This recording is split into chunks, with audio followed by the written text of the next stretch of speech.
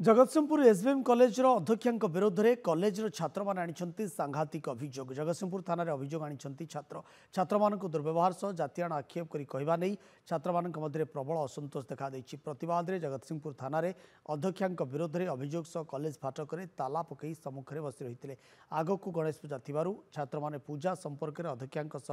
आलोचना करने को जाते पूर्व वर्ष गुड़िक जपरी साइंस ब्लॉक सामने गणेश पूजा होता चलित वर्ष सेठी आना बोली से कहते ए कारण को नहीं अध्यक्ष को छात्र माने प्रश्न करने पर से जातियाण मंतव्य देते बोली अभियोग होती केन्द्र कर छात्र माने जगतसिंहपुर थाना पहुंची एसबीएम कॉलेज अध्यक्ष विरोध में सीधासलख अभियोग आनी कारण है आम 25 वर्ष अनुष्ठान को मैडम भांगे चेष्टा कर भारी लज्जितर कथा आम गणेश पूजाटा हुए साइंस ब्लॉक आगे मैडम कहते मुझे जहाँ कह से हम मैडम माने गेस्ट आसबेनि कई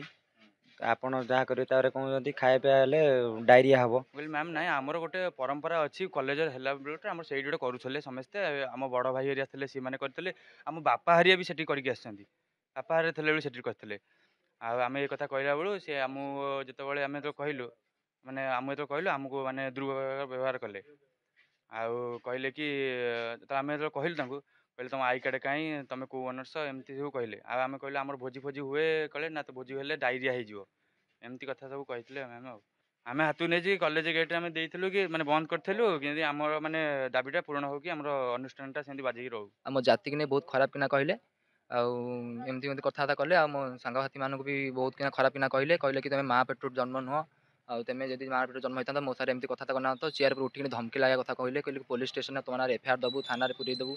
आउ फेल फेल करदेबू एम धमक देले धमक देले मुझे एफआईआर लिखिना नौची देवी बोली स्टेशन ने मुझे अनुरोध कर मो माने मो जाति को मत आम सांगसाथी मानक आईन अनुजाई ठीक न्याय मिलवा दरकार।